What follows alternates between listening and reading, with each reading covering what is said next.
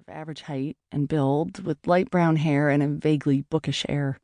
He might have been attractive, if not for the threatening aura that enshrouded him like a malevolent fog. Wait, was I seeing auras now? "Who are you?" he demanded, looking at me. "Funny, I was just about to ask you the same thing," I said. I tore my eyes away from the stranger to glance at Alicia. She remained stock still, a deer in the headlights. "This is a closed construction site."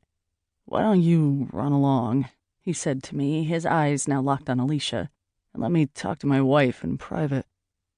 So I had been right. This was Alicia's ex. "Thorn," Alicia said, her voice breathless. "What in the world are you doing here?" "You have no business here," I put in. "Get off this property." The three of us stared at each other, no one moving. My mind cast about, assessing the situation and our options. All I had with me, besides my cell phone, which was mostly useless since large swaths of the island were in a dead zone for cell service, was a mini flashlight, a tape measure, a roll of blueprints, and a handy 3-in-1 screwdriver. It was for situations like these that my father had begun urging me to carry a firearm. I had some strong opinions about gun control, but given the life I led, I was beginning to think Dad might have a point. Alicia's ex-husband wasn't a large man, but I wouldn't want to test my upper body strength against his in a fight over control of a screwdriver, much less the mini flashlight.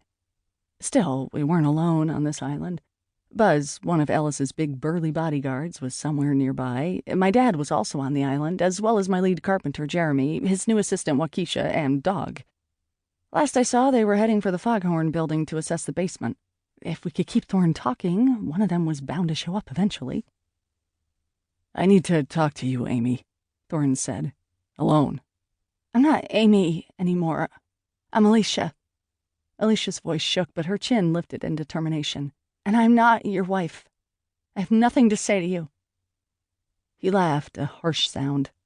"The promises we made before our families, before God, mean nothing to you."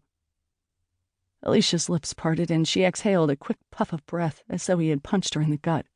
"Look, wait. I'm sorry," said Thorn. He ran a hand through his hair, and his voice gentled. "I'm really sorry, Amy.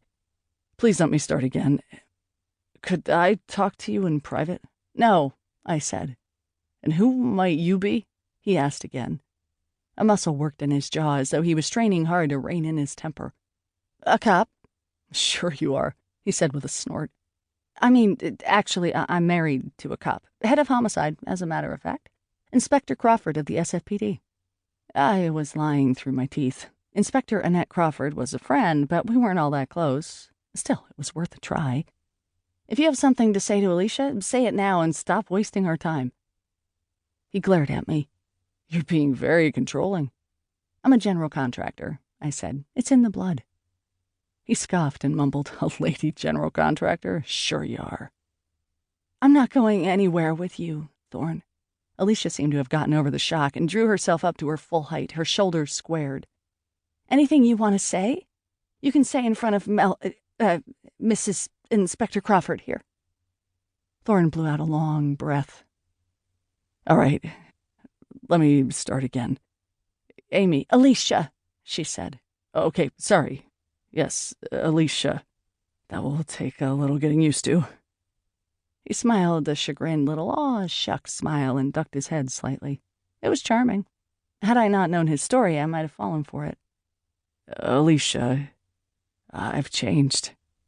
Alicia and I snorted in concert. "I know it's hard to believe. Just a tad," I muttered. "But I've been working on improving myself, on being the man you need me to be. The husband you need me to be. I completed the court-mandated anger management program, and I've been sober for almost a year now. But more importantly, I attended the Palm Project. Have you heard of it? Up the coast, past Green Gulch Farm? It changed my life. It changed me.